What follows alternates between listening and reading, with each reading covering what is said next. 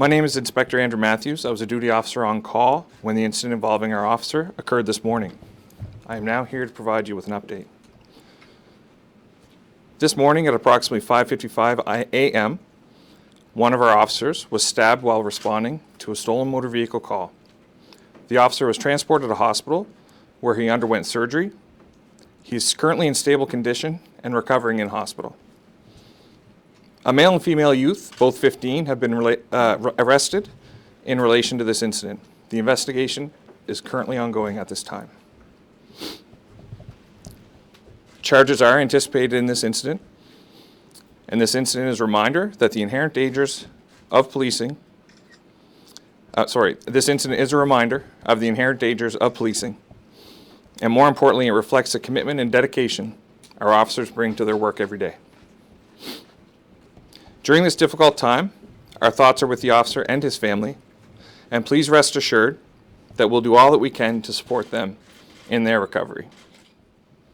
On behalf of our organization, I want to thank all of our employees, civilian and sworn, along with the medical staff that treated our officer today. I'm available now for any comments or questions. Inspector Matthews, are you able to speak in a little bit more detail of the nature of the injury? The officer underwent surgery. It was pretty severe. We can't get into a lot of details in relation to the severity of the injury, out of respect for the officer's privacy, but he did undergo surgery and he still is in hospital. Can you tell us where on his body he was stabbed? We can't get into that either. Okay. Can you tell us anything about the officer himself, the age, the number of years of service? He's been an officer for 8 years. 8 years? Yeah. Okay. Was he working alone at the time, or did he have anyone with him? We're not going to get into any kind of deployment type of questions at this time because the investigation is very early, and we don't want to release any information that would jeopardize that at this time. We must keep in mind that we are only 7 hours into this very serious incident, and so we have to be very careful with what we disclose. Inspector Matthews, can you paint a picture as to how common or uncommon it is for this to happen in the line of duty? Policing inherently is a dangerous job. I think people know that. We are fairly fortunate in Halifax. This hasn't occurred, I think, since 2013. There was another incident where one of our officers was stabbed. So it's not very common. However, we do take it very seriously, and every time something like this does happen, we feel it in the fabric of the organization, and it brings us closer together.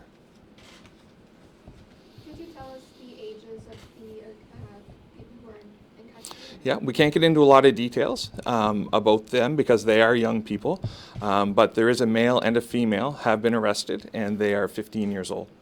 Anyone else you're looking for? We have everyone we're looking for at this time.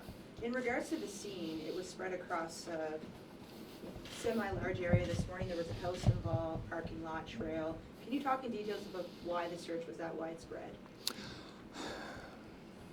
The way the events unraveled dictated where we are giving our attention at this point in time. So we have recovered 4 weapons, and the vehicle that triggered all of this has been recovered also. Where's the vehicle now? The vehicle has been seized by our forensic identification section. What kind of weapons? Knives. All knives? Knives. In regards to public safety, what would be a message there? Well, I think, depending on how you view how this incident unfolded, there was a lot of officers converged on the scene, obviously, afterwards. We have to keep in mind that there were people that were dangerous. If they're willing to stab an officer, they may be willing to do something to someone else that happened to intervene. I think as this incident unfolds, we will see that the public may have played a role in that, and that I think everyone worked together really well to come to as successful as an outcome as we possibly could. Are officers still on the scene down at the golf course? We do have officers still investigating. You said the public was involved.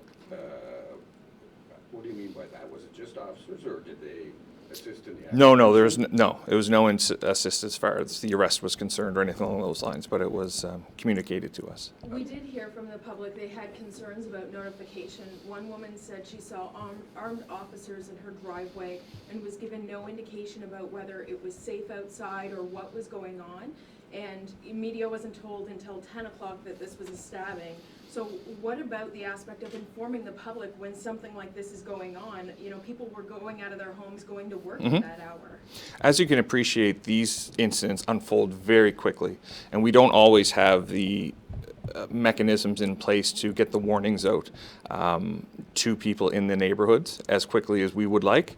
I don't know exactly where you're talking about or who you're talking about or the circumstances surrounding that, but we work very hard to get the information out as quickly as we possibly can based on the circumstances. What about the information about the officer being stabbed? It took quite a long time for us to learn about that.